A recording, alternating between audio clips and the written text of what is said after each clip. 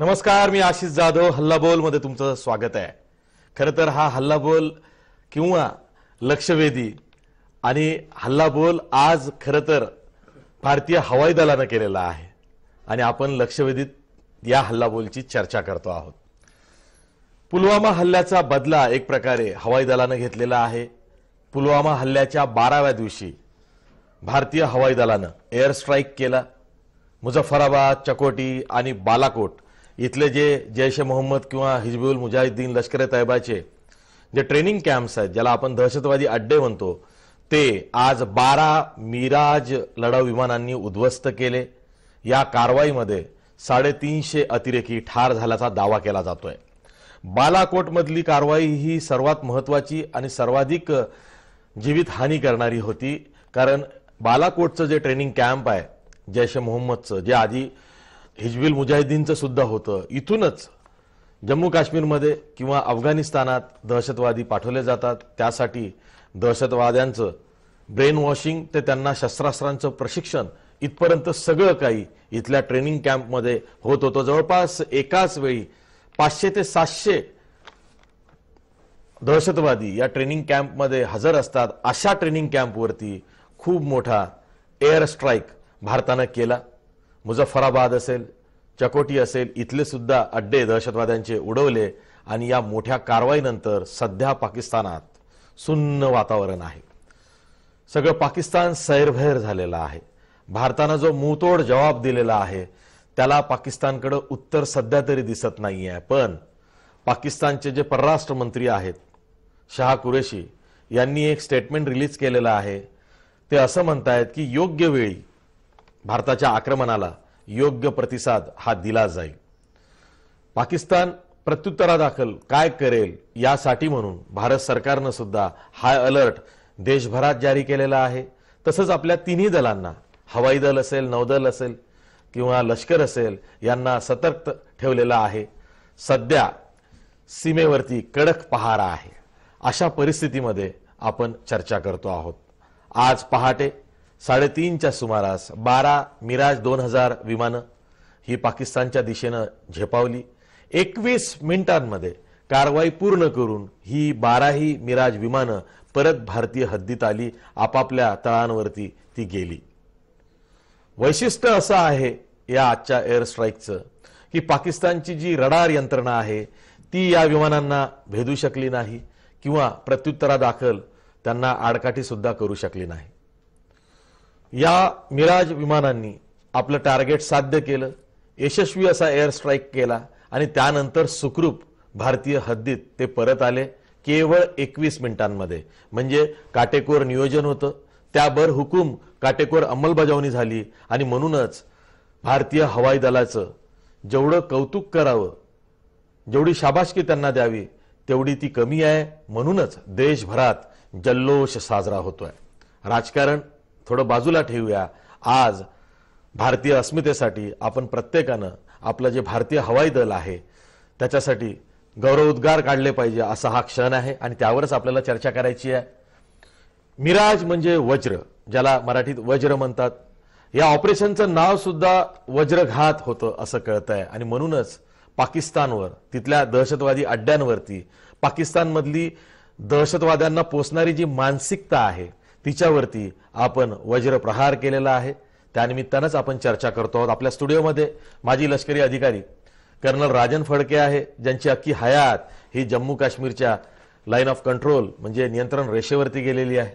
आज त्यांचं खरं अभिनंदन करायची गरज आहे, कारण 2-3 लक्षवेधी या कार्यक्रमामध्ये ते सातत्याने हे सांगत होते की आपलं हवाई दल असेल किंवा आपण कुठलंही स्ट्राईक खूप बेमालूमपणे करू शकतो। पाकिस्तानकडे तेवढी त्यांची तयारी नाही किंवा ते जे काही बोलतात त्यावर तुम्ही फार लक्ष देऊ नका, भारताने कारवाई केली पाहिजे असा अट्टहास आग्रह ते सातत्याने ठेवत होते। म्हणून त्यांचं आज खास अभिनंदन।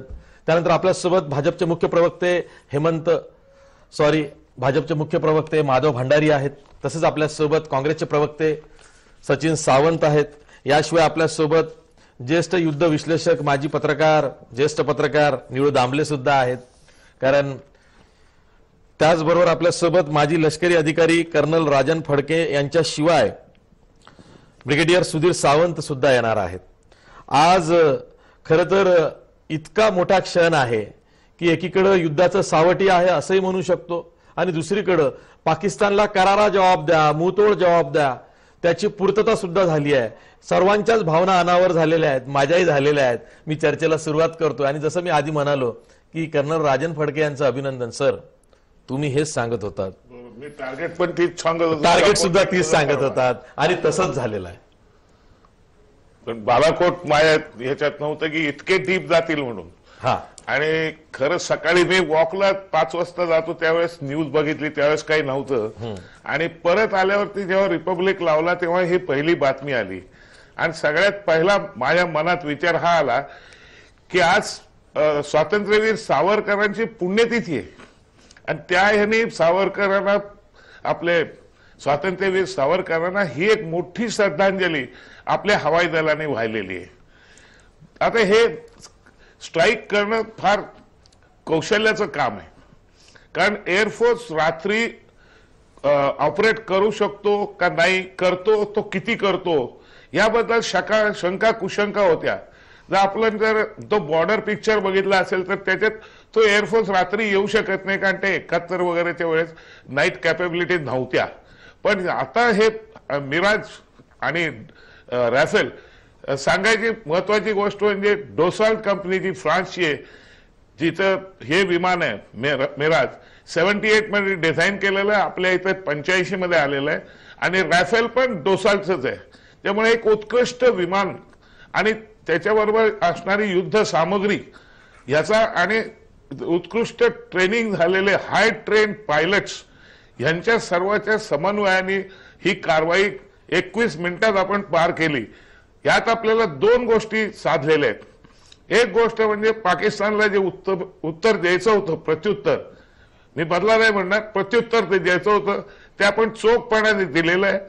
चकोटी आणि मुझफ्फराबाद हे 2 प्रदेश पीओके मध्ये आहेत आणि बालाकोट खैबर पख्तूनख्वान म्हणजे जवळजवळ तो नॉर्थला येतो, अबोटाबाद जिथं गेला ओसामा बिन लादेनला मारला होता त्याच्या नॉर्थला येतो आणि हे ठिकाण जवळजवळ 20 किलोमीटर चकोटी आहे, 85-90 किलोमीटर मुझफ्फराबाद आहे आणि बालाकोट इज अबाउट 180 किलोमीटर्स.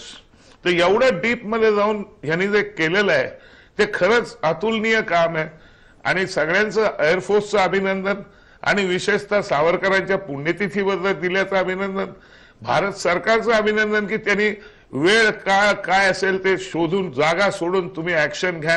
एअरफोर्सने बरोबर ऍक्शन घेऊन त्याच्यावरती कारवाई केलेली आहे.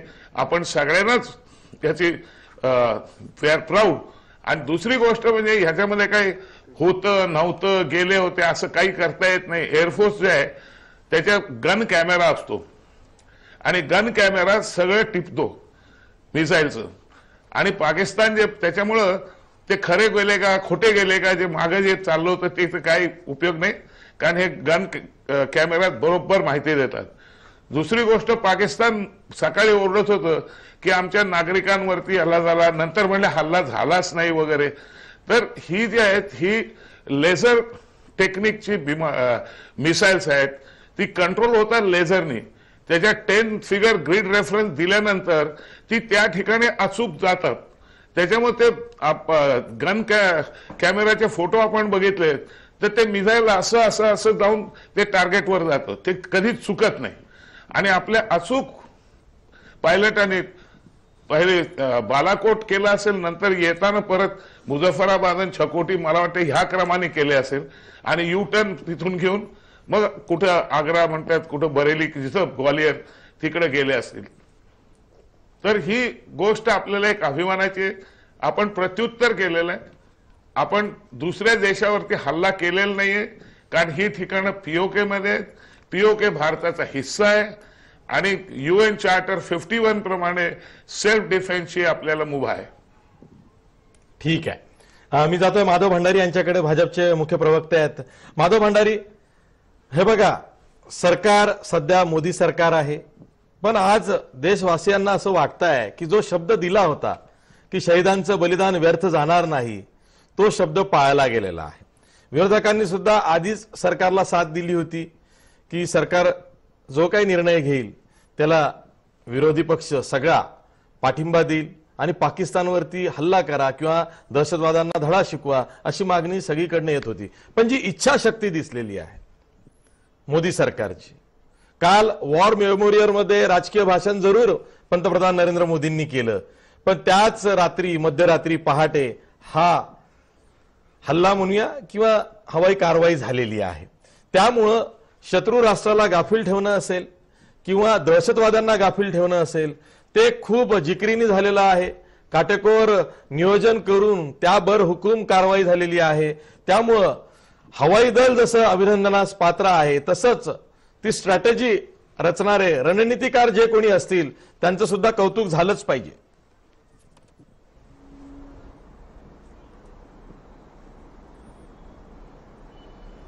प्रश्नच नाही. हा आजचा जो क्षण आहे हा आपल्या संपूर्ण देशासाठी अत्यंत अभिमानाचा क्षण आहे आणि कर्नल साहेबांनी त्यातला जो बारकावा आपल्याला समजावून सांगितला की ही कारवाई किती कौशल्याची आणि किती अवघड होती आणि ज्या पद्धतीचं तांत्रिक कौशल्य आपण दाखवलं, ज्या पद्धतीचं नियोजनाचं कौशल्य आपण दाखवलं, हे निश्चितपणे संपूर्ण देशासाठी अत्यंत गर्वाचा क्षण आहे. आणि त्याचबरोबर आपले परराष्ट्र सचिव सन्माननीय विजय गोखले यांनी जे निवेदन केलं आणि त्याच्यामध्ये त्यांनी जे स्पष्ट केलं की आम्ही पुलवामाचं प्रत्युत्तर दिलेलं नाही किंवा आम्ही हल्ला केलेला नाही, तर आम्हाला जी माहिती मिळाली होती की या ठिकाणी जे दहशतवाद्यांचे तळ होते त्या तळावरून भारतावरती अधिक मोठे हल्ले करण्याची तयारी चालू होती आणि म्हणून आम्हाला जो स्वसंरक्षणाचा अधिकार युनोच्या चार्टर्ड प्रमाणे मिळतो त्या अधिकारानुसार आम्ही ही कारवाई केली, हे भारताच्या परराष्ट्र सचिवांनी अत्यंत नेमकेपणाने स्पष्ट केलेलं आहे. त्यामुळे या सर्व कारवाईमध्ये एका बाजूला वायुसेनेचं कर्तृत्व, वायुसेनेचं कौशल्य, वायुसेनेचं शौर्य, दुसऱ्या बाजूला मोहिमेची आखणी करणाऱ्या अधिकाऱ्यांचं आणि त्या तज्ज्ञांचं नियोजनातलं कौशल्य आणि तिसऱ्या बाजूला परराष्ट्र राजकारणामध्ये आपण पाकिस्तानला एकटं पाडण्यामध्ये मिळवलेलं यश, अशा बऱ्याच गोष्टी एकत्र येऊन आजचा हा क्षण आपण बघतो. आपल्याला सर्वांसाठी हा अतिशय अभिमानाचा क्षण आहे. ठीक आहे, आपल्यासोबत काँग्रेसचे प्रवक्ते सचिन सावंत सुद्धा आहेत. सचिन सावंत, मोठी अशी कारवाई हवाई दलानं केलेली आहे आणि त्यानंतर आता पाकिस्तान प्रत्युत्तरादाखल काही ना काही कृती करेल अशी शक्यता आहे. कारण पाकिस्तानमध्ये सुद्धा जनमत हे सरकारनं काहीतरी किंवा लष्करानं कारवाई भारताविरोधात करावी अशी मागणी तिथं होते. जनमताचा रेटा तो दिसतोय आणि म्हणूनच पाकिस्तानचे परराष्ट्र मंत्री शाह कुरेशी यांनी हे वक्तव्य केलेलं आहे की योग्य वेळी योग्य प्रतिसाद भारताच्या आक्रमणाला दिला जाईल. पण त्याच वेळी पाकिस्तान हे विसरत असेल कदाचित की जशी परराष्ट्र सचिवांनी भूमिका घेतली की it is not military action, ते असं म्हणतायत की it is non military but preemptive strike. म्हणजे आम्हाला पाकिस्तान कुठल्या हल्ल्याच्या तयारीत आहे याचा सुगावा लागल्यानंतर आम्ही ही कारवाई केली, पण ती नॉन मिलिटरी आहे, ती दहशतवादी अड्ड्यांच्या विरोधात आहे, जे अड्डे पाकिस्तानच्या भूमीवरती चालतात. आपली जी कारवाई आहे ही प्रॉपर अशी नियोजन करून केलेली कारवाई आहे. दहशतवादाच्या विरोधातल्या लढ्याचा तो एक भाग आहे.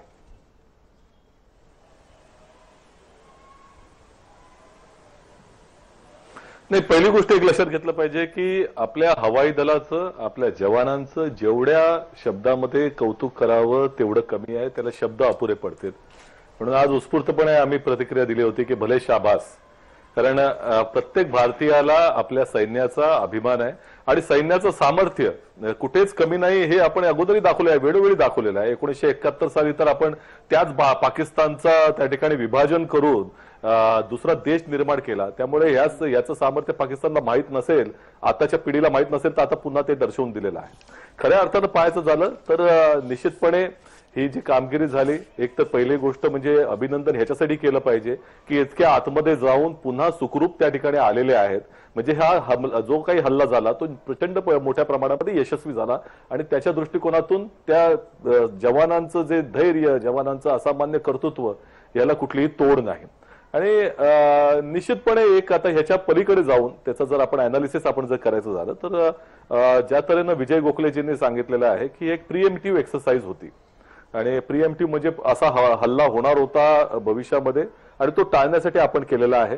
प्रश्न असा आहे की ह्याला राजकीय कंगोरे निश्चित आहेत. म्हणजे ज्या तऱ्हेनं कुठल्याही सरकारवरती ज्या वेळेला असं म्हणजे भारतीय सरकार असेल ते काँग्रेसचं असावं किंवा भाजपचं असावं, जनतेची अशी अपेक्षा असते की ज्या वेळेला अतिरेकी हल्ला पाकिस्तानच्या माध्यमातून होतो त्याला उत्तर कडक दिलं गेलं पाहिजे आणि ती निश्चितपणे त्याचा एक दबाव त्या ठिकाणी सरकारवर बनलेला असतो. तसाच दबाव पाकिस्तानवर देखील आता भविष्यामध्ये येणार आहे, याच्यात काही शंका नाही, आजपासूनच सुरू झालेला आहे. त्यामुळे त्यांच्याकडनं ही आगळीक होईल आणि आपण पॉलिटिकल आणि फॉरेन पॉलिसीच्या दृष्टिकोनातून जे प्रिएम्प्टिव्ह आपण कारवाई केली हे पाकिस्तानच्या दृष्टिकोनातून ते कितपत घेतील याला मला असं वाटतं की मला थोडंसं त्याच्यामध्ये शंका वाटते. परंतु आंतरराष्ट्रीय पातळीवरती निश्चितपणे आपल्याला पाकिस्तानवरती दबाव निर्माण करण्याकरता त्याचा उपयोग होऊ शकेल.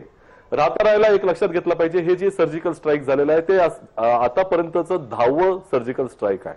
म्हणजे वाजपेयी सरकारच्या कालावधीमध्ये 2 असे सर्जिकल स्ट्राईक झाले होते, उरलेले 6 जे होते ते काँग्रेसच्या युपीएच्या कालावधीमध्ये झाले आणि 2 आता मोदी सरकारच्या कालावधीमध्ये झालेले आहेत. त्यामुळे आता हे 10वं जे सर्जिकल स्ट्राईक झालेले आहे त्याने काही पाकिस्तानच्या पॉलिसीमध्ये फरक पडेल असं मला वाटत नाही. परंतु एक लक्षात घेतलं पाहिजे की हा दहशतवादी ज्या तऱ्हेनं आपल्याला आता जी काही माहिती मिळते दहशतवादी तळांवरती हल्ला झालेला आहे, जवळपास 350 दहशतवादी गेलेले आहेत. त्यांना पाकिस्तानला काही फार मोठ्या प्रमाणामध्ये हानी पोहोचली असं नाही, त्यांची मानहानी निश्चित झालेली आहे. परंतु जी अपेक्षा आपल्या सगळ्यांची आहे की पाकिस्तानला पूर्णपणे त्या ठिकाणी नेस्तनाबूत करावं, की त्यांचं धैर्यच होता कामा नये की पुढच्या कालावधीमध्ये दहशतवादी हल्ला केला जाऊ शकेल किंवा दहशतवाद्यांना त्या ठिकाणी आसरा दिला जाऊ शकेल. त्या पद्धतीनं अजूनही त्यांच्यावरती मनावर दबाव झाला असं मला वाटत नाही. परंतु निश्चितपणे आपल्या दृष्टिकोनातून जर पाहायचं झालं तर एक अतिशय असामान्य कामगिरी आपल्या हवाई दलाने केलेली आहे. परंतु पूर्ण धडा शिकवला पाहिजे अशीच आमची अपेक्षा राहील आणि तशीच शहीदांच्या परिवाराची देखील आता जी काही वक्तव्य येतात त्यांच्याकडनं अपेक्षा आहे. पुढच्या कालावधीमध्ये अशा तऱ्हेची कारवाई होईल यामध्ये माझ्या मनामध्ये शंका नाही. ठीक आहे, आपल्यासोबत निळू दामले आहेत.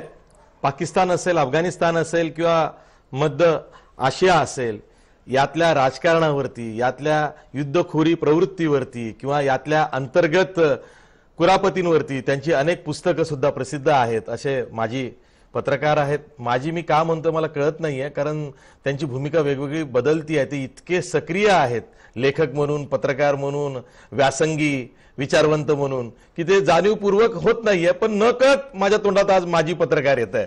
सॉरी सर, पण तुमचा आवाका इतका आहे म्हणून ते कदाचित होत असेल. आपल्यासोबत निळू दामले आहेत. निळू दामले, मला एक प्रश्न, एक साधा प्रश्न आहे की 1971 नंतर पहिल्यांदा भारतीय लढाऊ विमानांनी पाकिस्तानची हद्द ओलांडलेली आहे. म्हणजे केवळ नियंत्रण रेषाच नाही तर पाकिस्तानची जी इंटरनॅशनल बॉर्डर आहे ती सुद्धा ओलांडून थेट खैबर पख्तून म्हणजे अफगाणिस्तान लगतच्या भागात आपण चढाई केलेली आहे. मिराज विमानं तिथवर गेलेली आहे. यांनी एक मोठा मेसेज हा पाकिस्तानच्या लष्कराला गेलेला आहे. म्हणजे दहशतवाद्यांचा खात्मा तर झालाच असेल, त्यांना तर मेसेज गेलाच आहे, पण पाक लष्कराला सुद्धा एक मोठा मेसेज गेलाय.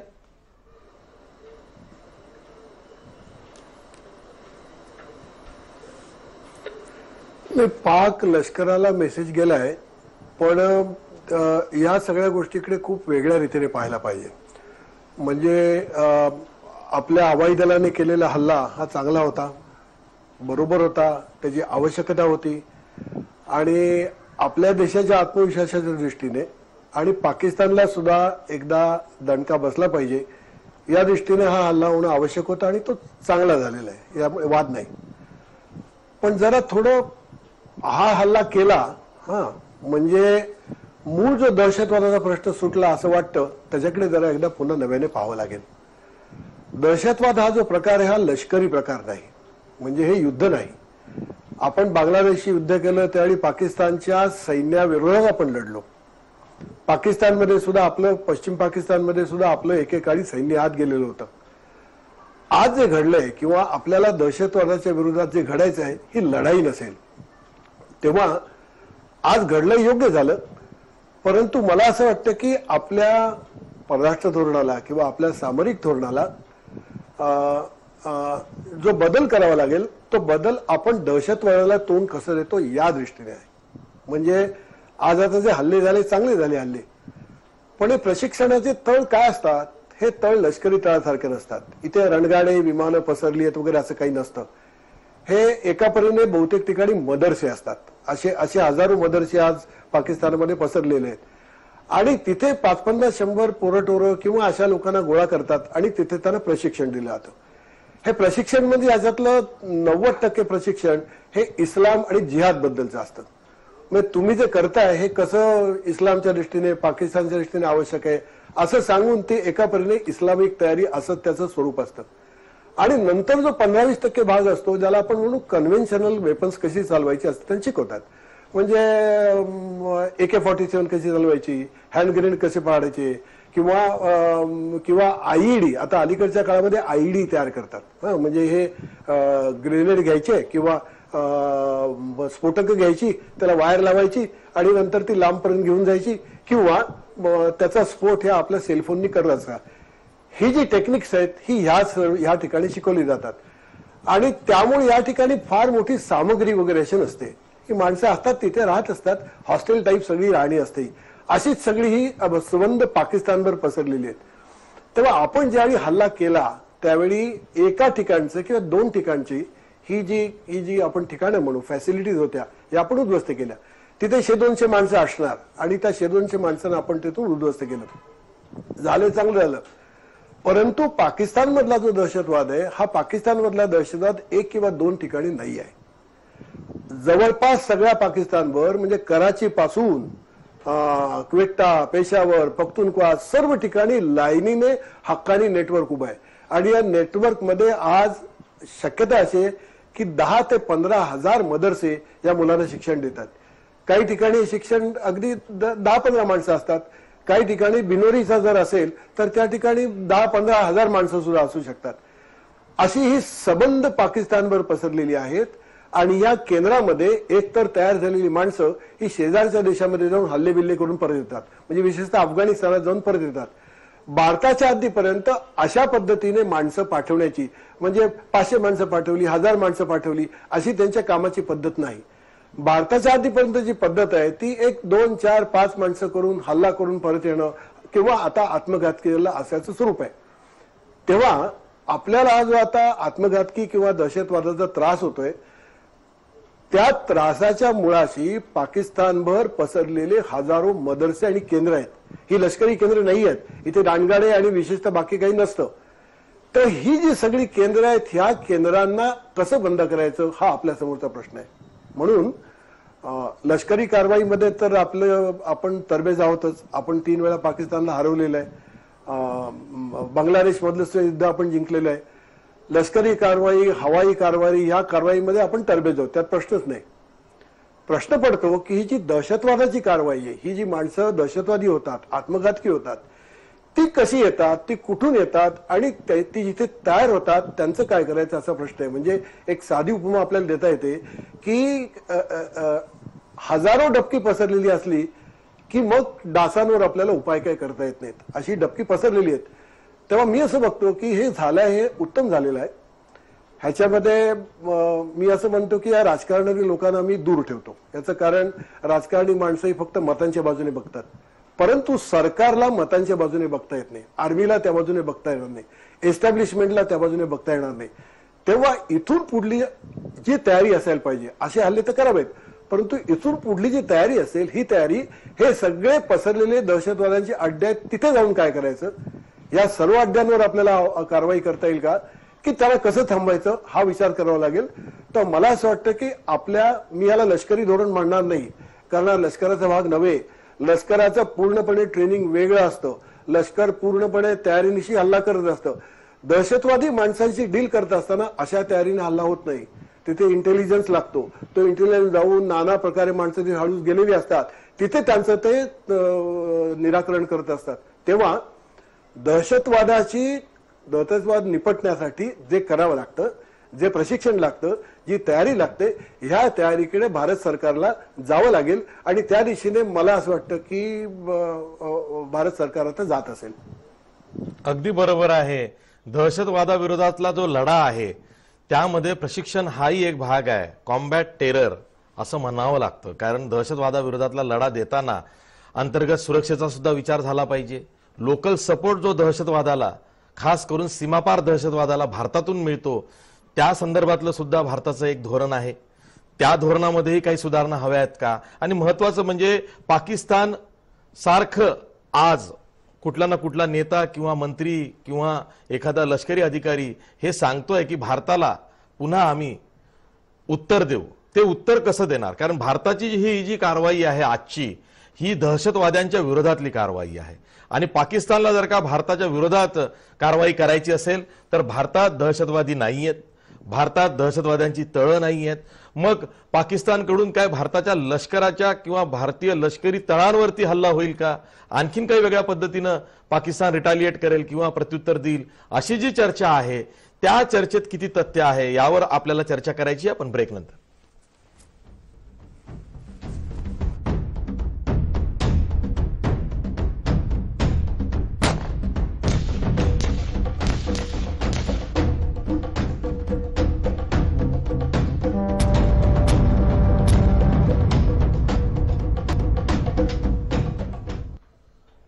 नंतर पुन्हा तुमचं स्वागत. आपल्यासोबत राजन फडके आहेत.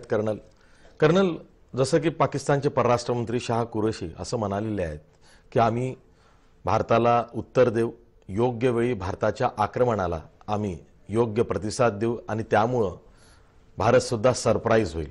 आता जर का अशी भाषा पाकिस्तानकडून या क्षणाला होत असेल की आम्हीही उत्तर देऊ, तर आपण दहशतवाद्यांच्या विरोधात कारवाई केली, पाकिस्तान भारतीयांच्या विरोधात करेल का, भारताच्या विरोधात करेल, तर ते युद्धच असेल का? पाकिस्तान पुढे आपल्याकडे कारवाई करायला, जसं आपण सांगितलं, तर आपल्याकडे काही दहशतवाद्यांचे तळ नाहीत, प्रशिक्षण केंद्र नाहीत किंवा अशी काही आपल्याकडे असे काही तळ नाहीत. त्याच्यामुळे त्याला जर काही करायची असली कारवाई तर तो एक तर नागरिकांच्या विरुद्ध करेल किंवा दुसरं आर्मी, नेव्ही, एअरफोर्स इस्टॅब्लिशमेंट यांच्यावरती करेल. नागरिकांच्या इथं करेल म्हणजे मी येतो, माझ्या दृष्टीने 4-5 पर्याय दिसतात. एक म्हणजे डायरेक्ट तो आपण सर्जिकल स्ट्राईक केलं तसं कुठल्या तरी आपल्या हवाई तळावरती अटॅक करेल आणि परत जाईल, किंवा कुठल्या आर्मी इस्टॅब्लिशमेंटवरती अटॅक करेल, परत जाईल. दुसरं, आर्मीच्या कडनं जी मिसाईल वापरू शकतो तो, त्यांच्याकडे जी मिसाईल्स आहेत त्यांच्या पॉवरमधनं ते लिमिटेड मिसाईल्स वापरू शकतात, पण ते परत आर्मीवरतीच वापरू शकणार, किंवा ड्रोन्स यूज करू शकतो. तर या सगळ्यासाठी आपल्याला विमान किंवा मिसाईल किंवा ड्रोनसाठी आपल्याकडे अर्ली वॉर्निंग सिस्टम्स, रडर्स, आपल्याकडे रडर्स फार स्ट्रॉंग आहेत. हे मला आपल्याला सगळ्यांना सांगू इच्छितो की एवढी आपल्याकडे सर्व्हेलन्स सिस्टम आहे बॉर्डरवरती स्ट्रॉंग, की ड्रोन्स, मिसाईल्स, बॉम्ब्स, हवाई जहाजं ही डिटेक्ट करण्याची की ही तर चिटपाखरू सुद्धा यायची शक्यता नाही, आपल्याला लगेच अर्ली वॉर्निंग मिळेल. तिसरी गोष्ट, 26/11 सारखी घटना तो करू शकतो नागरिकांवरती, किंवा लोकल ट्रेनमध्ये बॉम्ब किंवा कुठल्या स्टेशनमध्ये बॉम्ब. कारण काय आहे की आपण त्यांचे जे आहेत ते दहशतवादी तळ नष्ट केलेत. आपल्याला अजून बरंच काय करायचंय. भारतामध्ये त्यांचे जे सिम्पथायझर्स आहेत, जे स्लीपर सेल आहेत, ते तो ऍक्टिव्हेट करू शकतो. कारण आपण सगळे स्लीपर सेल टॅकल केलेले नाहीत, आपल्याकडेही काही त्यांना सहानुभूती दर्शवणारे आहेत. तर हे सगळे ऍक्टिव्हेट होऊ शकतात आणि या घातपाताचे कृत्य करू शकतात. तर जसं निळू दामले म्हणत होते, दहशतवाद हे एक सोच आहे, विचार आहे. तो विचार आता 1500-2000 मदरसे त्यांनी पाकिस्तान सांगितले, पण आपल्याकडेही काश्मीरमध्ये 200 मदरसे आहेत, त्याच्यावरती नियंत्रण ठेवायला पाहिजे. मागच्या पण एकदा प्रोग्राम मध्ये सांगितलं होतं की लॉंग टर्म स्ट्रॅटेजी, दूरदर्शी, हे मदरशांवरती कंट्रोल. आणि आता इलेक्ट्रॉनिक वॉरफेअर, PR वॉरफेअर, हे आपल्याला सायकोलॉजिकल वॉरफेअर हे करणं जरुरी आहे. कारण काश्मीरमध्ये सध्या ISI वगैरेंच्या ह्या जैश मोहम्मद आणि तालिबान आणि ह्यांच्या 101 साईट आहेत आणि ते ट्रान्समिट करत असतात विविध ठिकाणी. ह्या साईट आपण हॅक करायला पाहिजेत. हॅकर्स आपल्याकडे चिकार आहेत आणि ते हॅक करून त्याच्यावरती आपला इंडियन प्रोपोगंडा केला पाहिजे की ही यांची मन कलुषित होऊ नये. कारण शेवटी काय, आतंकवाद हा एक विचार आहे आणि त्यांची मनं आपण वळवण्याचा किंवा सुरुवातीपासून आपण त्यांचा विचार बदलायचा जर प्रयत्न केला आणि त्यात आपण सफल झालो तर पुढे हा दहशतवाद वाढणार नाही असं मला वाटतं.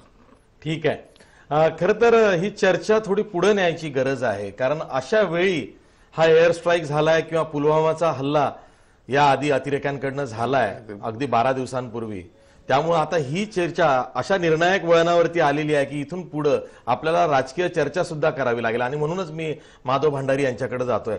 माधव भंडारी, निवडणुकांचा काळ आहे, 10 दिवसानंतर खरं तर लोकसभा निवडणुकीची घोषणा होऊ शकते किंवा आचारसंहिता लागू शकते. अशा वेळी हा एअर स्ट्राईक झालेला आहे आणि त्याच वेळी पाकिस्तानकडून हे सांगितलं जात आहे की आमच्याकडून सुद्धा भारताला पाहिजे तसा जवाब दिला जाईल. तर मग हे कसं काय, म्हणजे आपल्या युद्धाच्या सावटाखाली ह्या निवडणुका पार पाडल्या जातील की यामधनं काही वेगळा मार्ग काढला जाऊ शकेल?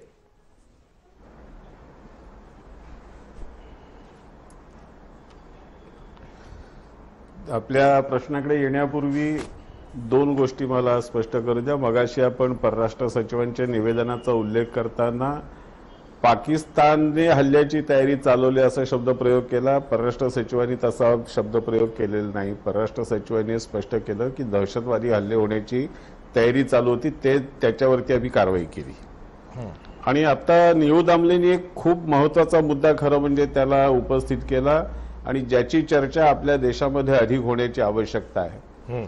आता त्यांनी पाकिस्तानमधल्या मदरशांचा उल्लेख केला आणि ज्या अझहर मसूदवरती आपण कारवाई करतो आणि त्याच्याबद्दल आपण बोलतो, त्याच्या संघटनेचा सर्व पायाच, त्याचं जाळं हे मदरसे हाच त्याचा पाया आहे. 2011 मध्ये प्रसिद्ध झालेलं एक पुस्तक आहे खलिफत सोल्जर्स म्हणून.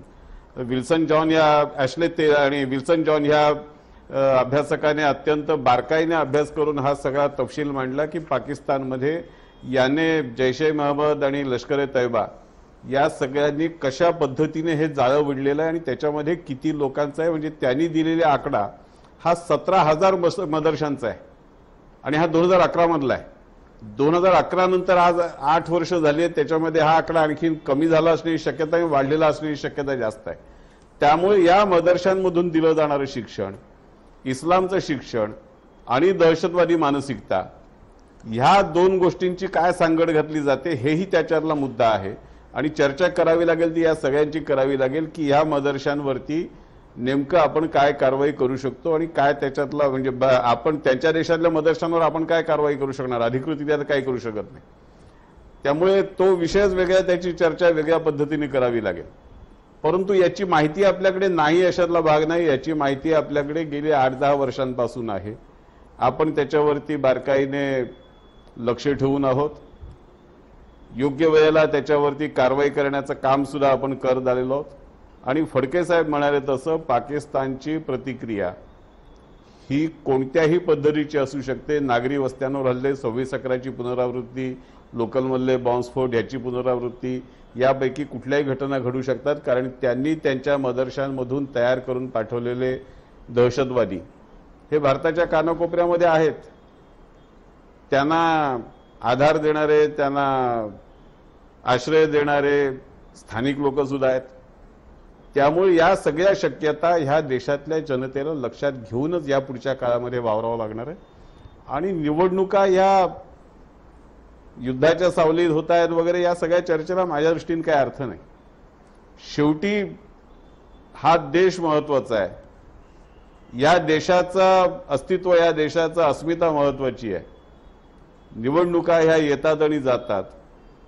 या निवडणुकांशी आत्ताच्या परिस्थितीला जोडणं हे अनावश्यक आहे असं आमचं मत आहे. ठीक आहे. आपल्यासोबत सचिन सावंत सुद्धा आहेत, काँग्रेसचे प्रवक्ते. सचिन सावंत, तुम्हाला असंच वाटतं की लोकसभा निवडणूक आहे त्याच वेळी होईल, 10 दिवसानंतर जी आचारसंहिता लागू व्हायची ती लागेल, काळजीवाहू सरकार हे तोवर सत्तेत राहील? तुमचा अंदाज हेच तुम्हाला सांगतोय?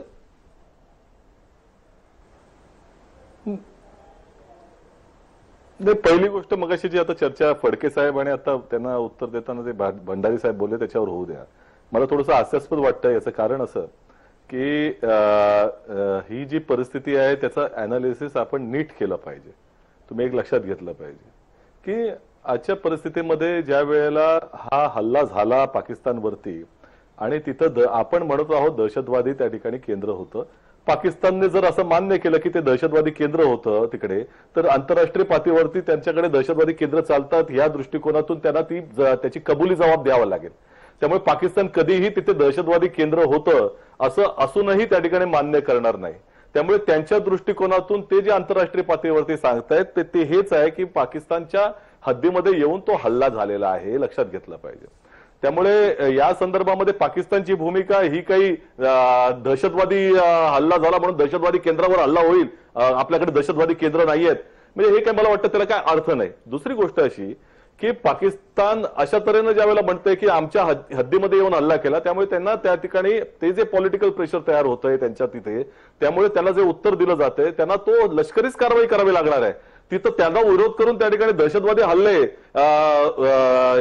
केले जातील पाकिस्तान आर्मीकडनं. मला असं वाटतं की या दोन वेगळ्या गोष्टी आहेत. दहशतवादी हल्ले कधी होऊ शकतात, ते कधी करू शकतात, ती पॅरलल ऍक्टिव्हिटी आहे त्यांची. त्यामुळे हे जे छुपं युद्ध त्यांचं चालू आहे ते काही थांबणार नाही, जसं निळू जांभळे म्हणाले. त्या दृष्टिकोनातून त्याला त्याची मुभा काय, ती तुम्ही लष्करी हल्ला करा न करा त्याच्याशी यांचा काही संबंध नाही. त्या ऍक्टिव्हिटीज त्यांच्या दृष्टिकोनातून प्रचंड मोठ्या प्रमाणामध्ये आर्थिक त्याला फंडिंग होते त्या दहशतवादी कारवायांना. एक फार मोठं त्या ठिकाणी इकॉनॉमी चाललेली आहे, पॅरलल इकॉनॉमी, हे लक्षात घेतलं पाहिजे. दुसरीकडे ज्या वेळेला मदरशांचा संदर्भ म्हणतो आपण, मला असं वाटतं की मदरसा, तिथं मदरशामध्ये त्या ठिकाणी ट्रेनिंग चाललेलं आहे, तर मदरशाचा संदर्भ नाही, तो टेररिस्ट कॅम्प झाला, तो दहशतवादी तो कॅम्प झालेला आहे. त्याला मदरशाच्या अंतर्गत करावा का कुठे करावा, ज्या ठिकाणी दहशतवाद पोचला जातो त्यावेळेला ठिकाणी तो दहशतवादीचा केंद्र झाला. आता त्याला मदरशाचं नाव देऊन पुन्हा परत त्या ठिकाणी धार्मिक त्याला अंग देण्याची काय आवश्यकता नाही, कारण मग लगेच काश्मीरमध्ये अशा तऱ्हेचे मदरसे चालू आहेत. मग काश्मीरमध्ये जर अशा तऱ्हेचे मदरसे चालू आहेत तर हे सरकार काय करतंय हा प्रश्न त्या ठिकाणी येणार आहे, कारण ते दहशतवादी केंद्र चालू आहेत का इथं, हा प्रश्न त्या ठिकाणी निर्माण होतो. त्यामुळे मला असं वाटतं की आपण त्याचं विश्लेषण करताना नीट केलं पाहिजे. पाकिस्तान त्याच्यावरती हल्ला करण्याच्या दृष्टिकोनातून त्यांना जर तिथल्या जनतेला उत्तर द्यायचं असेल तर ते लष्करी कारवाईनेच देऊ शकतं, बाकीचे हल्ले जे आहेत ते होऊ शकतात. दुसरी गोष्ट, निवडणुका व्हावं न व्हावं माझ्या दृष्टिकोनातून मग भंडारी साहेब जे म्हणाले ते अधिक महत्वाचं आहे. याचं कारण असं की निवडणुकांपेक्षा देश महत्वाचा आहे. आजच्या परिस्थितीमध्ये ज्या वेळेला पुलवामामध्ये येऊन हल्ला केला जातो, आपले सैनिक त्या ठिकाणी दारातिरती पडतात, त्यांचं आयुष्य त्यांचं जीवन हे अधिक महत्वाचं आहे या देशासाठी. आणि म्हणूनच आम्ही त्या दृष्टिकोनातून मागणी करत आहोत की त्याच्यावरती कारवाई सडेतोड झाली पाहिजे. आज पाकिस्तानला त्याच्यामधनं काही धडा मिळालाय असं मला वाटत नाही. दहशतवादी केंद्रावर हल्ला झालेला आहे, ते दहशतवादाचे अशा अनेक आहेत. तुम्ही जर त्या ठिकाणी अजमल कसाबचं उत्तर घेतलं असेल त्यावेळेला त्याने रेकॉर्डिंग मध्ये आपलं सांगितलं होतं की मला कशा तऱ्हेने ट्रेनिंग दिली, तर त्याला वेगवेगळ्या ठिकाणी फिरवलंय. त्याला त्या ठिकाणी काश्मीरमध्ये आपला कराचीमध्ये घेऊन गेले होते, त्याला कराचीमध्ये देखील त्या ठिकाणी ट्रेनिंग झालंय त्यांचं. त्यामुळे हे काही केंद्र असे वेगळे आयसोलेटेड दहशतवादी कॅम्प होता जिथे लोक नाहीयेत असं नाहीये, त्या ठिकाणी भरवस्तीत देखील होत आहेत. त्यामुळे मला असं वाटतं की याला बॅकिंग जी आहे ती पाकिस्तानची असल्याशिवाय ते करू शकत नाही, त्यांच्या भूमीवर केंद्र चालू आहेत. त्यामुळे पाकिस्तानला धडा शिकवला पाहिजे. आताच्या परिस्थितीत तो पाकिस्तानला धडा मिळालाय असं मी मानत नाही, परंतु हे जे झालेलं आहे ते अप्रतिम झालेलं आहे, याच्यात काही शंका नाही. आपल्याला या सैन्याचा अभिमानच वाटतो आणि ती अशा स्तराची कारवाई करण्याचं सामर्थ्य त्यांच्यामध्ये आहे. पाकिस्तानला पूर्ण नेस्तनाबूत करण्याचं सामर्थ्य भारतीय लष्करामध्ये आहे, हे वेळोवेळी दिसून आले आहे. त्यामुळे आम्हाला लष्करावर विश्वास आहे. म्हणजे तुम्हाला असं म्हणायचं आहे की 6 मार्च नंतर कधीही आचारसंहिता होऊन निवडणुका होऊ शकतात आपल्या देशामध्ये?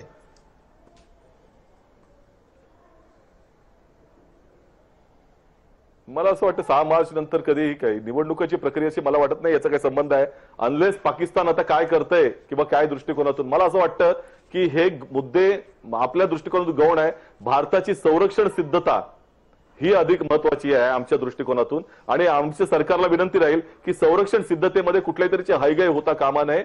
पाकिस्तान आता निश्चितपणे त्या ठिकाणी कारवाई करणार आहे, कारण एस्केलेशन होईल. एक लक्षात घ्या, जर पाकिस्ताननं आता हल्ला केला तर ते फुल प्लेजेड वॉर असणार आहे. ते काही आता परिस्थितीमध्ये हा असा काही हवाई हमला किंवा नुसता हमला करून जाईल असं नाही, त्याला युद्धाला देखील तोंड फुटण्याची शक्यता आहे. हे टाळता येत नाही, सांगता येत नाही, लक्षात घ्या. त्यामुळे मला असं वाटतं की या दृष्टिकोनातून सरकारनं विचार केला असेल असं आम्हाला निश्चितपणे खात्री वाटते. ठीक आहे, आपण दोन्ही राजकीय प्रवक्त्यांचं अभिनंदन यासाठी करू की देश महत्वाचा आहे, निवडणुका महत्वाच्या नाहीत. निवडणुका वेळप्रसंगी पुढेही ढकलल्या जाऊ शकतात. देशाची युद्ध सज्जता ही महत्वाची आहे आणि पाकिस्तानला जर का युद्धाची खुमखुमी आली आणि पाकिस्तानी जर का त्यांच्या बाजूनं प्रत्युत्तरादाखल काही चढाई वगैरे केली तर त्याला जसंच तसं उत्तर देण्यासाठी भारत सुद्धा युद्धाला सामोरं जाऊ शकतो, हे संकेत या दोघांनी दिलेले आहेत. आपण एक ब्रेक घेणार आहोत आणि ब्रेक नंतर मी पुन्हा निळू दामले यांच्याकडे जाणार आहे. ते यासाठी की बालाकोटमध्ये जी कारवाई झालेली आहे, जिथं जैश ए मोहम्मद आदी हिजबुल मुजाहिदीनचे सुद्धा ट्रेनिंग कॅम्प्स होते, तिथली जी कारवाई आहे ती विदाउट स्पेसिफिक इंटेलिजन्स म्हणजे अचूक अशा गुप्तचर माहिती शिवाय होऊ शकलेली नाही. आणि त्या कामी केवळ भारतीयच नाही तर काय अमेरिकी हेरांचा किंवा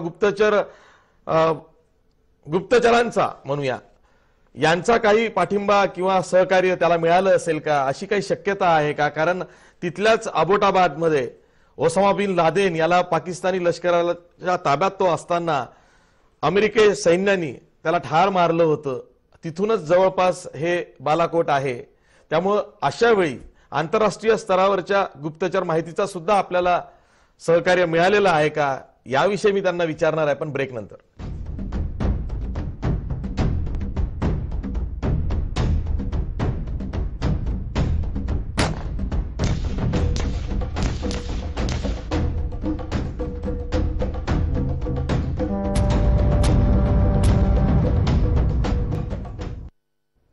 ब्रेक नंतर पुन्हा तुमचं स्वागत. मी ज्येष्ठ पत्रकार निळू दामले यांच्याकडे जातो, आंतरराष्ट्रीय व्यवहाराचे तज्ज्ञ आहेत. निळू दामले, मला तो राहून राहून एक प्रश्न सतावतोय दिवसभर, कारण बालाकोटची जी कारवाई आहे ती अनेक अर्थानं महत्वाची आहे. बालाकोट पासूनच जवळ असलेल्या अबोटाबादमध्ये ओसामा बिन लादेनला अमेरिकी सैन्याने ठार मारलं होतं.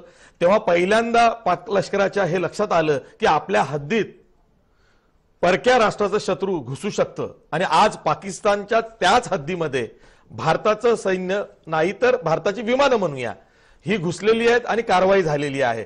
पण प्रॉपर इंटेलिजन्स जो लागतो तो विदाऊट अमेरिका सपोर्ट किंवा अन्य देशाच्या सपोर्ट शिवाय आपल्याला मिळाला असेल असं वाटतं की या कामी आपण बऱ्याच प्रकारचे आपले अदृश्य हात आपल्या कामी आलेले आहेत.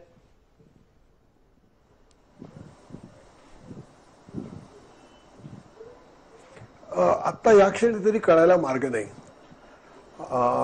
ज्यावेळी अबोटाबादमध्ये अमेरिकेचं विमानं गेली त्या काळात सुद्धा अमेरिकेने पाकिस्तानच्या लष्कराला त्याचा पत्ता न लागू देता हा उद्योग केला होता आणि तिथे पाकिस्तान फसलं. त्यांच्या लक्षात आलं की आपल्याला यांनी मामा बनवलं. आता दोन देशामध्ये जे संबंध असतात, विशेषतः इंटेलिजन्स एक्सचेंज करण्याच्या बाबतीमध्ये, हे संबंध त्या दोन देशामधली नाती किती गाढ आहे त्याच्यावर अवलंबून असतं. आपण हॉटेलमध्ये बसून गप्पा मारतो अशा रीतीने कधी कोणी इंटेलिजन्स एकमेकाला देत नसतं आणि याच्यावरून तर खूप मारामाऱ्या चाललेल्या असतात. आज घडीला असं दिसतंय की जागतिक पातळीवर भारत आणि अमेरिका, भारत किंवा UK, भारत आणि जर्मनी, किंवा भारत आणि समजा रशिया वगैरे, यांच्यामधले असणारे संबंध सामान्यतः राजकीय पातळीवरचे असेच संबंध आहेत. या पलीकडे अधिक घट्ट संबंध मला आपल्या इथे एस्टॅब्लिश झालेले दिसत नाहीत. आणि त्यामुळे वेळोवेळी इंटेलिजन्स एजन्सीची माणसं एकमेकाला थोडीफार भेटतात. ती कशी भेटतात याचं तुम्हाला प्रत्यंतर दुलाट यांनी जे पुस्तक लिहिलं त्या पुस्तकामध्ये येईल. तिथे ते पाकिस्तानच्या इंटेलिजन्स बरोबर सुद्धा बसून एकमेकाची माहिती एक्सचेंज करत असत. परंतु माझ्या असं लक्षात येत आहे की ज्या लेवलवर बारीक सारीक इंटेलिजन्स आपल्याला पाकिस्तान मधला मिळाला पाहिजे तेवढा किती मिळतो ह्याच्याबद्दल मला आज शंका दिसतात. म्हणजे याच्या विरुद्ध काही माहिती माझ्याजवळ असं मला काही दिसत नाही, परंतु ते इंटेलिजन्स आल्यानंतर ज्या घटना घडतात त्याच्यावरून इंटेलिजन्स आहे असं लक्षात येतं. तशा घटना आपल्याला दिसत नाहीत. उदाहरणार्थ हे अगदी साधी गोष्ट आहे की परवा तो दर नावाचा मुलगा हा जम्मूमध्ये नाहीसा झाला आणि तो बहुधा कुठेतरी मुझफ्फराबाद किंवा ह्या एखाद्या कॅम्पवर होता. तिथे त्यांनी काय ते प्रशिक्षण वगैरे घेतलं आणि त्याच्यासाठी आवश्यक असणारं RDX वगैरे सगळं आहे हे भारतामध्ये तिथे आणून काश्मीरमध्ये कोणीतरी पोहोचवलं. हे लोकल नाही आहे, कोणीतरी आणून दिलं. तो जो एक मसूद अझहरचा जो भाऊ होता त्याने हे सगळं, अब्दुल रऊफ, त्यांनी या सगळ्याची व्यवस्था जवळपास गेले 2-3 महिन्यापासून ही सगळी केलेली होती. आता ही सगळी व्यवस्था होत असताना म्हणजे ज्या कोणाला ह्या दहशतवादी कारवायांची कशी होते त्याची कल्पना आली तर लक्षात येतं की त्याच्यामध्ये खूप माणसं इन्व्हॉल्ड असतात. विशेषतः ISI त्याच्यामध्ये इन्व्हॉल्ड असतं आणि खूप लेवलवर होणारी ऍक्टिव्हिटी असताना हे कसं लक्षात राहिलं आपल्या? याचा अर्थ असा होतो की आपल्याकडे पोचणारे इंटेलिजन्स हे कमी पडतं. आता कमी पडतं म्हणजे आपली माणसं कमी पडतात का आपला परदेशातून संबंध नाही, आपल्याला या क्षणी कळायला मार्ग नाही. कारगिलमध्ये सुद्धा झालं, त्यावेळी कारगिलमध्ये आपली इंटेलिजन्सची माणसं तिकडे नव्हती. ऍक्च्युअली गंमत अशी झाली की तिकडे जे मेंढपाळ होते ते मेंढपाळांना तिकडे जमवाजमव होताना लक्षात आली आणि त्यांनी इकडे येऊन लोकांना घाबरून सांगितलं की अहो तिकडे काहीतरी गडबड चालली आहे बघा. आणि ती गडबड चालली आहे बघा असं म्हटल्यानंतर आपल्या इंटेलिजन्सचे लोक जाऊन चौकशी करायला लागले आणि त्याच्यानंतर कळलं की कारगिलमध्ये या सगळ्या गोष्टींची तयारी चालली होती. मी मगाशी ते म्हणत होतो की दहशतवादाविरुद्ध तुम्ही जे लढत असता तरी सर्वात महत्वाचा भाग हा इंटेलिजन्स आणि पेनिट्रेशन असतं. अमेरिकेचं जे पेनिट्रेशन होतं हे अफगाणिस्तानमध्ये आणि पाकिस्तानमध्ये खूप कमी होतं. त्यामुळे अमेरिकेला खूप पैसे गमवावे लागलेले तिकडल्या याच्यामध्ये. तर मी जे सांगायचा माझा जो प्रयत्न आहे तो असा आहे की हे इंटेलिजन्स आतलं पेनिट्रेशन ही माहिती मिळवण्यासाठी जगभर असणारे आतले संबंध, हे संबंध हे झेंडा फहरून 26 जानेवारी 15 ऑगस्टला लोकांना बोलवून खायला प्यायला घालून हे संबंध एस्टॅब्लिश होत नसतात. एक आंतरराष्ट्रीय मार्केट असतं की ज्या मार्केटमध्ये हे सगळे शस्त्र आणि या सगळ्या गोष्टींच्या भानगडी होत असतात. त्या 2 नंबरच्या लेवलवर होत असतात. सरकारनं कळत असतं. हे सगळ्या व्यवहारामधून आपल्याला पुढे जावं लागतं. तेव्हा अशी चर्चा करण्यामध्ये काय अर्थ नाही की आपण कमी पडतो का, किंवा उदाहरणार्थ एवढे दिवस 2 महिने तयारी चालू असताना 300 किलो RDX आतमध्ये येत असताना सुद्धा भारतातल्या कोणालाच कसं कळलं नाही. मला असं वाटतं की ही चर्चा सोडून द्यावी. आता नाही कळलं आपल्याला, ओके. परंतु इथून पुढे आपल्याला आता कळेल यासाठी आपलं इंटेलिजन्स आणि बाकीच्या परराष्ट्र संबंधांची घटना कशी घडवावी लागेल या दृष्टीने आपल्याला मांडणी करावी लागेल. आणि तिथे मगाशी सावंत किंवा भंडारी म्हणाले तर प्रश्न येतो, निवडणुका होत असताना निवडणुकीतले प्रश्न सगळे वेगळे असतात. हे जे इंटेलिजन्स, परराष्ट्र संबंध आणि तुम्हाला हे याच्यावर खरं जगभरामध्ये इतकी पुस्तकं उपलब्ध आहेत, इतके सिनेमे उपलब्ध आहेत, त्याच्यावरून तुमचं सुद्धा लक्षात येतं की काय रीतीने होतं. हे राजकारणी लोकांचं काम नव्हे. म्हणजे आता सुद्धा मला लक्षात येतं की आपल्याला देशाबद्दल अभिमान आहे आणि त्यामुळे अशी गोष्ट पुलवामामध्ये घडलं की आपल्याला राग येतो किंवा आपल्या लोकांनी जाऊन त्याला धरून ठोकलं की आपला आनंद होतो. हे सगळं छान आहे. परंतु हे सगळं सामान्य लेवल पातळीवरचं आहे. हे ह्या प्रतिक्रियांवर आपलं परराष्ट्र धोरण किंवा आपलं दहशतवाद विषयक धोरण ठरत नाही. निवडणूक, या निवडणुकीमध्ये पडणारे सगळे राजकीय लोक असतात त्यांनी खरं याच्यामध्ये पडू नये, या भानगडीत पडू नये. त्यांनी गप्प बसावं आणि ज्यांना सामरिक गोष्टींचा अनुभव आहे, ज्यांना परदेशातून इनपुट मिळू शकतो, अशा लोकांनी शांतपणे काम करत राहावं. आणि ते शांतपणे काम करत एवढा शांतपणा राजकारणातल्या लोकांनी त्यांना द्यावा. हे उद्योग राजकारणातल्या लोकांनी करू नयेत. त्याचं कारण ते खूप वेगवेगळ्या लेवलवर सगळं चालत असतं. तर मला असं वाटतं की या सगळ्या गोष्टीची नव्याने तयारी, दहशतवादाच्या बद्दल आपण बोलतो, तिकडे 3 प्रकारचे दहशतवादी गट आहेत पाकिस्तानामध्ये आज. एक आहे लष्करी किंवा जैश ए मोहम्मद, हे भारताच्या काश्मीरमध्ये इंटरेस्ट घेतात. दुसरे जे आहेत ते फक्त अफगाणिस्तानमध्ये काम करत असतात. आणि तिसरे जे आहेत ते इंटरनल आहेत, म्हणजे सिपाही साहेबा किंवा लष्करी जहांगीर इंटरनल आहेत. अशा 3 प्रकारच्या दहशतवादी गटांना ISI आजपर्यंत पोचत आलेला आहे. आणि ISI त्यांना पोचतं याचं कारण लष्कराला त्यात इंटरेस्ट आहे. लष्कर हे सगळं का करतं? कारण पाकिस्तान आणि लष्कर याच्यामध्ये फरक नाही. पाकिस्तानमध्ये त्या अर्थाने लोकशाही सरकार वगैरे काही नाही, लष्करच खरं चालवत असतं. तर लष्कराला भारताशी लढणं, लष्कराला दहशतवाद करणं हे लष्कराच्या जगण्यासाठी आवश्यक आहे. आणि लष्कराला ते आवश्यक असल्या कारणाने सरकारला त्याविरुद्ध काही करता येत नाही. तेव्हा आपण ज्यावेळी म्हणतो की पाकिस्तानला धडा शिकवायचा, याचा अर्थ असा पाकिस्तान सरकार, लष्कर या सगळ्यांना कुठेतरी मला चेपावं लागेल, ही साधी गोष्ट नाही. आता ही दणके देऊन होईल का? दणके तर द्यावे लागतीलच, परंतु दणक्यांच्या पलीकडे जाऊन कोणकोणत्या रीतीने डिप्लोमॅटिकली त्यांची कोंडी करता येते, या कोंडीकडे आपल्याला लक्षात द्यावं लागतं. म्हणून आजचा हा जो लढा आहे हा एअरफोर्सने हल्ला केला, चांगलं केलं, असे हल्ले करावेच लागतील. पण ह्याच्या पलीकडे जाऊन अनंत गोष्टी आपल्याला कराव्या लागणार आहेत. मला वाटतं निवडणूक होऊन द्यावी दे, त्यात काही मुद्दा नाही. आणि परंतु ह्याच्या पलीकडे जाऊन या सगळ्याची पुन्हा एकदा मांडणी करणं, कारण दहशतवाद, पाकिस्तानचं लष्कर आणि पाकिस्तान सरकार या 3 गोष्टी पूर्णपणे एकत्र आहेत. तुम्हाला वेगळ्या काढता येत नाहीत. तुम्हाला फक्त दहशतवादावर हल्ला केला तर पाकिस्तानचं लष्कर किंवा ISI ते सहन करणार नाहीये, ते रिटॅलिएट करणारच आहेत. आता ते काय रीतीने करतील ते आपल्याला पाहावं लागेल. युद्ध केलं त्यांना तोंड देणं आपल्याला शक्य आहे, परंतु इथून पुढे जर आत्मघातकी हल्ले त्यांनी जर सुरू केले तर मग आपल्याला फार त्रास आहे. कारण आत्मघातकी हल्ल्यांना तोंड देणं हे लष्करी पद्धतीने चालत नाही. आता जे फडक्यांनी सांगितलं असं स्लीपर सेल असतात, त्याला कुठे सहानुभूती असते, ती माणसं कुठे असतात, कुठून माणसं गोळा करतात, याच्यावर लक्ष ठेवणं हे फार कठीण काम आहे, फार कठीण काम आहे. मला असं वाटतं की हा फार गंभीर प्रश्न आहे.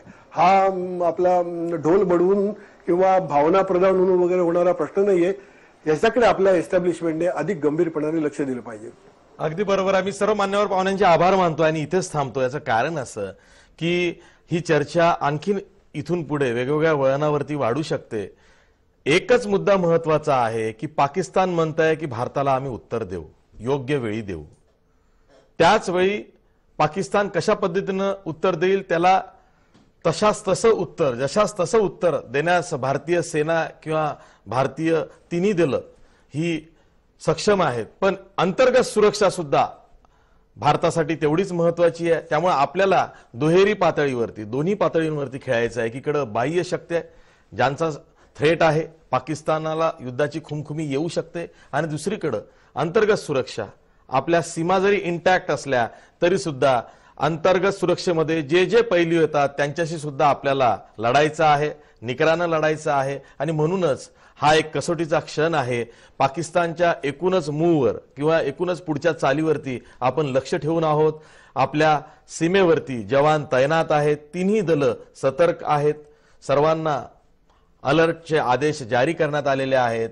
कुठल्याही क्षणी काही होऊ शकत असेल अशी जरी परिस्थिती असली तरी भारतीय सैन्य तेवढं सक्षम आहे. मी इथेच थांबतो. पाहत राहा जय महाराष्ट्र.